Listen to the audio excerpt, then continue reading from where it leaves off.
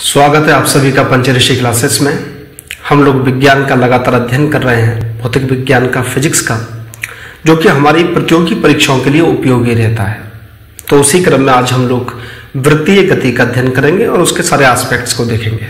तो आप लोग शीर्षक दे दीजिएगा वृत्तीय गति। वृत्तीय गति, देखिए दो प्रकार की गति होती है, एक होती है रेखीय गति और एक होती है वृत्तीय गति। दोनों में एक विशेष डिफरेंस होता है। क्या होता है, देखिए अगर मान लीजिए किसी वस्तु बिंदु ए से चलकर ये एक सीधी रेखा में बिंदु बी तक पहुंचता है तो इस प्रकार की गति को रेखीय गति कहते हैं। इसमें हम लोग चाल को पढ़ते हैं, हम लोग वेग पढ़ते हैं, हम लोग त्वरण पढ़ते हैं, हम लोग मंदन पढ़ते हैं, आदि आदि चीजें इसके अंतर्गत हम लोग पढ़ते हैं। ठीक है, सबका फॉर्मूला क्या है ये आप लोगों को मालूम है, क्योंकि हम लोगों ने पिछली क्लास में इसका अध्ययन कर लिया है। लेकिन यदि कोई वस्तु एक गोल पाथ में, एक गोल रास्ते पर अपनी गति को करती है तो इस प्रकार की गति को वृत्तीय गति कहा जाता है। क्या कहा जाता है? वृत्तीय गति कहा जाता है। अब इसके कुछ फॉर्मूले में, इसके कुछ राशियों में परिवर्तन देखने को मिलता है। जैसे यहां पर चाल नहीं होती, क्योंकि चाल क्या है? एक अदिश राशि है। मैं भी समझाऊंगा, आप समझिएगा। यहां पर होता है वेग, यहां होता है त्वरण, यहां होता है मंदन। क्या मतलब हुआ, समझिए। यहां पर हमने क्या करा कि हम कैसे कहेंगे कि एक वस्तु यहां से लेकर यहां तक चली गई, तो हम समय के साथ इसकी स्थिति में होने वाले परिवर्तन को देखते हैं। यानी कि समय गुजरा तो इसकी स्थिति में कितना परिवर्तन देखने को मिला, या कितनी दूरी चली, या इसका विस्थापन कितना हुआ। लेकिन चूंकि अगर मान लीजिए कोई वृत्तीय गति में चल रहा है तो इसका विस्थापन किस प्रकार देखा जाएगा? इसका विस्थापन जो देखने की स्थिति है वो इसके केंद्र से अगर हम एक लाइन खींच लें और ओ ए एक लाइन बना दें तो ये लाइन कितने डिग्री कोण पर घूमती है ये इसका विस्थापन कहलाता है। बात समझ आ रही है? टी समय में ये कितना कोण घूमी वही इसका विस्थापन कहलाता है। मान लीजिए ये टी समय में ए से लेकर बी तक आ गई और ये जो एंगल है इसके बीच का वो मान लीजिए θ1 है, तो इसका विस्थापन क्या होगा? इसका विस्थापन हो जाएगा θ1। क्या हो जाएगा? θ1। और इसको विस्थापन ना कहकर कोणीय विस्थापन कहेंगे। क्या कहेंगे? कोणीय विस्थापन, क्योंकि एंगल का ही डिस्प्लेसमेंट, रिप्लेसमेंट हुआ है, एंगल ही एक स्थान से दूसरे स्थान तक चला है, इसलिए इसको कोणीय विस्थापन कहेंगे। क्या कहेंगे? कोणीय विस्थापन कहेंगे। अर्थात यदि कोई वस्तु वृत्ताकार मार्ग में गति करती है और उस गति को क्या कहते हैं हम लोग? वृत्तीय गति करते हैं। और यदि वो एक समान रूप से, यानी कि हर समय में, मान लीजिए टी समय में थीटा एंगल, फिर अगले टी समय में भी थीटा एंगल, फिर अगले टी समय में भी थीटा एंगल, अगले टी समय में भी थीटा एंगल, यानी कि बराबर समय में बराबर कोण को पार करती है या कोण की दूरी तय करती है, तो उसे एक समान वृत्तीय गति कहा जाता है। यूनिफॉर्म सर्कुलर मोशन, एक समान वृत्तीय गति।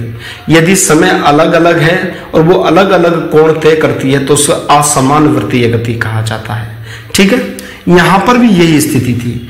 यदि टी समय में, मान लीजिए टी समय में, या 2 सेकंड मान लीजिए, या 2 मिनट मान लीजिए, 2 मिनट में ये मान लीजिए 4 किलोमीटर चलता है और अगले 2 मिनट में फिर से 4 किलोमीटर चलता है और अगले 2 मिनट में फिर से 4 किलोमीटर चलता है, तो ये एक समान रेखीय गति कहलाता है।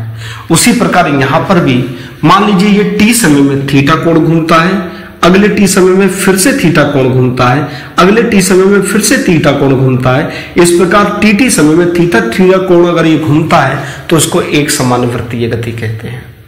इस वाले केस में क्या समान समय में समान दूरी तय करता है तो इसमें त्वरण होगा या नहीं होगा? नहीं होगा। त्वरण क्या कहता है? वेग परिवर्तन की दर को त्वरण कहा जाता है, लेकिन इसमें वेग में परिवर्तन ही नहीं हो रहा है, इसलिए जब वेग परिवर्तन शून्य होगा तो त्वरण भी शून्य होगा। क्लियर है? देखिए गति में याद रखिएगा, अगर वेग में परिवर्तन नहीं होता है समय के साथ तो उसका त्वरण शून्य होता है। लेकिन वृत्तीय गति में ऐसा नहीं होता। वृत्तीय गति में यदि समान समय में समान दूरी तय करता है, एक समान वृत्तीय गति होती है, उसके बावजूद भी त्वरण होता है। क्यों त्वरण होता है? क्योंकि त्वरण एक सदिश राशि है जिसमें उसका परिमाण और दिशा दोनों होती है। चूंकि इसमें परिमाण तो समान है लेकिन दिशा में परिवर्तन मिलता है, हर पल हर समय हर सेकंड परिवर्तन दिखाई देता है, इसलिए एक समान वृत्तीय गति एक त्वरित गति कहलाती है। इस पॉइंट को नोट कर लीजिएगा, इंपॉर्टेंट है। एक समान वृत्तीय गति में भी त्वरण हो सकता है लेकिन एक समान रेखीय गति में त्वरण नहीं हो सकता। बात समझ रही है? एक समान वृत्तीय गति में त्वरण हो सकता है लेकिन एक समान रेखीय गति में त्वरण नहीं होगा। इस बात को नोट कर लीजिएगा, आप लोग यहां पर ही लिख लीजिएगा। एक समान वृत्तीय गति में त्वरण होता है क्योंकि इसकी दिशा परिवर्तित होती रहती है। ठीक है, अब बात करते हैं कोणीय विस्थापन। आप लोगों को समझ में आ गया थीटा कि टी समय में जितना कोण घूमता है उसको कहा जाता है कोणीय विस्थापन। ठीक है, इसका जो मात्रक होता है, इसका मात्रक जो होता है वो होता है रेडियन। क्या होता है? रेडियन। इसकी विमा क्या होती है? ये एक विमालेस या डायमेंशन लेस एक राशि है, अर्थात विमाहीन होता है। ये क्या होता है? विमाहीन होता है। तो कोणीय विस्थापन का मात्रक रेडियन होता है, विमा इसकी होती है विमाहीन होता है, एक समान वृत्तीय गति एक त्वरित गति होती है, और जितना कोण घूमता है कोई वस्तु वह उसका कोणीय विस्थापन कहलाता है। मेरे हिसाब से आपको इतनी बात क्लियर हो गई होगी। अब आगे बढ़ते हैं हम लोग। कोणीय वेग क्या होता है और कोणीय वेग को हम किस प्रकार रिप्रेजेंट करते हैं।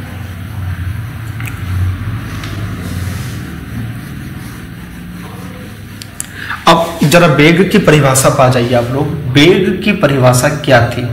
वेग की परिभाषा थी विस्थापन डिवाइडेड बाय समय, यही थी परिभाषा। अब चूंकि ये कोणीय वेग है, चूंकि ये क्या है? कोणीय वेग है, इसलिए इस विस्थापन को लिख देते हैं कोणीय विस्थापन। कोणीय विस्थापन और बटे समय, कोणीय विस्थापन बटे समय। अब कोणीय विस्थापन क्या है? डेल्टा थीटा, हम लोगों ने अभी पढ़ा था, थीटा डिवाइडेड बाय समय डेल्टा टी, ये कहलाता है कोणीय वेग। और इसको ओमेगा से रिप्रेजेंट करते हैं। क्या करते हैं? इसको ओमेगा से रिप्रेजेंट करते हैं। डब्लू बनाकर उसकी घुंडी बना दीजिएगा, वो ओमेगा बन जाता है। तो ओमेगा से रिप्रेजेंट करते हैं हम लोग कोणीय वेग को, इसको याद कर लीजिएगा। अब इसका मात्रक क्या होता है? इसका मात्रक होता है, देखिए इसका मात्रक क्या होता है? रेडियन, और डेल्टा टी का क्या होता है? सेकंड। तो इसका मात्रक होता है रेडियन पर सेकंड, रेडियन पर सेकंड। आपसे कोई पूछे इसकी विमा क्या होती है, विमा या डायमेंशन, देखिए रेडियन क्या था? एक विमाहीन राशि थी, इसलिए 1/t की पावर t सेकंड 1/t है, और जब ये ऊपर आएगा तो हो जाएगा t की पावर -1। तो ये क्या कहलाता है? ये इसकी विमा कहलाती है t-1। बात समझ में आ गई मेरे आपके हिसाब से? कोणीय वेग कैसी राशि है? कोणीय वेग भी एक सदिश राशि है। कैसी राशि है? एक सदिश राशि है। ठीक है, यहां तक की बात समझ आ गई। अब जरा कुछ और चीज देख लेते हैं इसके बारे में। आप लोगों ने इसका स्क्रीनशॉट ले लिया होगा। चलिए आगे बढ़ते हैं, कुछ चीजों के बारे में और देख लेते हैं। मान लीजिए कोई वस्तु ए बिंदु से चलना शुरू करती है, ए बिंदु से चलना शुरू करती है और पूरा चक्कर लगाकर पुनः एक ए बिंदु पर आ जाती है। बताइए कितना कोण घूमेगी? अगर वस्तु ए बिंदु से चलना शुरू कर दी है और पूरा चक्कर लगाकर पुनः ए बिंदु पर आ जाती है, बताइए यहां पर इसके केंद्र पर कितना कोण बनेगा? मेरे हिसाब से आपने सही जवाब दिया होगा 360 डिग्री, 360 डिग्री, या इसको हम लोग 2 पाई भी कह लेते हैं। क्या कह लेते हैं? 2 पाई भी कह लेते हैं। ठीक है, अब ये जो 2 पाई है ये कितने समय में? पूरा एक चक्कर लगाने में। और एक चक्कर लगाने में, माना एक चक्कर लगाने में माना एक चक्कर लगाने में लगा समय, एक चक्कर लगाने में लगा समय अगर कैपिटल टी है, अगर कैपिटल टी है तो टी समय में कितना चक्कर लगाता है? ये टी समय में चक्कर लगाता है 2 पाई का, टी सेकंड में, तो 1 सेकंड में कितना चक्कर लगाएगा? 2 पाई अपॉन टी, और 1 सेकंड में हुए कोणीय विस्थापन को कोणीय वेग कहा जाता है, यानी कि ओमेगा हो गया आपका 2 पाई अपॉन टी के बराबर, 2 पाई अपॉन टी के बराबर हो गया omega equals to 2 pi upon T. इस फॉर्मूले को जरूर लिख लीजिएगा, जहां ओमेगा क्या है आपका? ओमेगा आपका कोणीय वेग है, ओमेगा क्या है आपका? कोणीय वेग है, और टी क्या है? इसका आवर्त काल है, टी क्या है? आवर्त काल है, टी क्या है बेटा? आवर्त काल है। और आपको मालूम होगा कि 1 अपॉन टी इक्वल्स टू क्या कहलाता है? आवृत्ति कहलाता है, आवृत्ति यानी कि फ्रीक्वेंसी, और इसको n से रिप्रेजेंट किया जाता है, यानी कि 1 अपॉन आवर्त काल इक्वल्स टू 1 अपॉन आवर्त काल इक्वल्स टू आवृत्ति होता है। क्या होता है? आवृत्ति होता है। तो इस 2 पाई अपॉन टी की जगह, इस 2 पाई अपॉन टी की जगह, देखिए आप लोगों ने इतना नोट कर लिया होगा, ये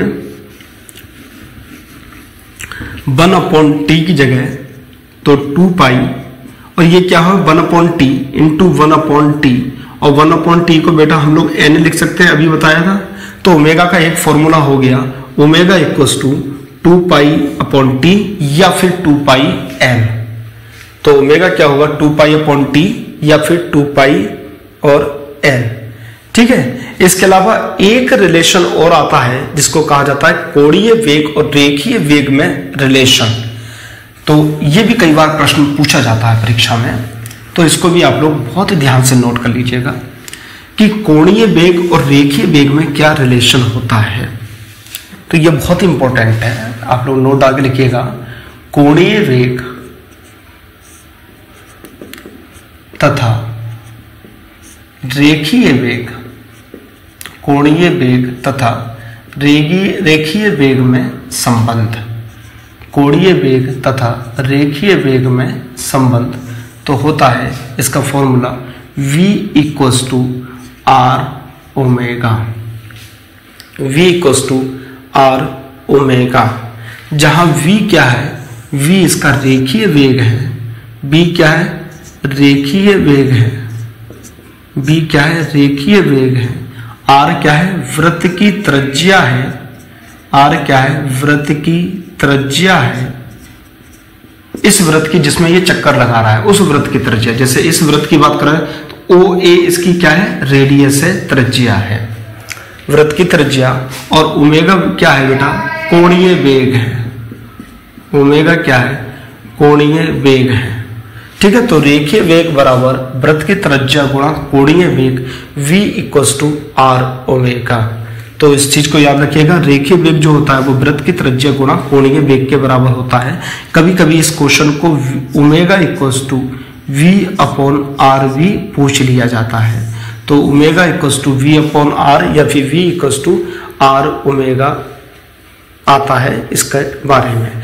तो ये महत्वपूर्ण है। तो रेखीय वेग बराबर वृत्त की त्रिज्या गुणा कोणीय वेग, आप हिंदी में भी लिख लीजिएगा, v equals to R omega भी लिख लीजिएगा, और omega equals to v upon R भी लिख लीजिएगा। मेरे हिसाब से वृत्तीय गति का इससे बाहर कोई प्रश्न आएगा नहीं। आपके पिछली क्लास का न्यूमेरिकल कुछ रह गए हैं जिस पर बेस्ड होकर क्वेश्चंस आते हैं, तो नेक्स्ट क्लास में मैं उस टॉपिक को भी क्लियर कर दूंगा। जो न्यूमेरिकल्स हैं, उन न्यूमेरिकल्स जो आए हुए हैं परीक्षा में वो भी मैं आपको क्लियर करा दूंगा। तो आप लोग लगातार जुड़े रहिएगा, छोटी छोटी क्लासें होंगी। मैंने पहले ही बताया था कि एक टॉपिक पर हम लोग क्लास बनाएंगे जिससे कि आप लोग को बहुत ज़्यादा वर्डन ना मिले। तो आप लोग देखते रहिएगा पंचदर्शी क्लासेस, और पूरा पैकेज आपका चल रहा है, विभिन्न विषय आपके चल रहे हैं। जल्दी हम लोग NCERT की इतिहास और साइंस को शुरू कर देंगे, है ना, कक्षा 6, 7, 8 को। तो वो भी आपके लिए हेल्पफुल रहेगा, आप उसकी भी मदद ले सकते हैं। ठीक है। तो हम लोग नेक्स्ट क्लास में मिलेंगे। Thank you.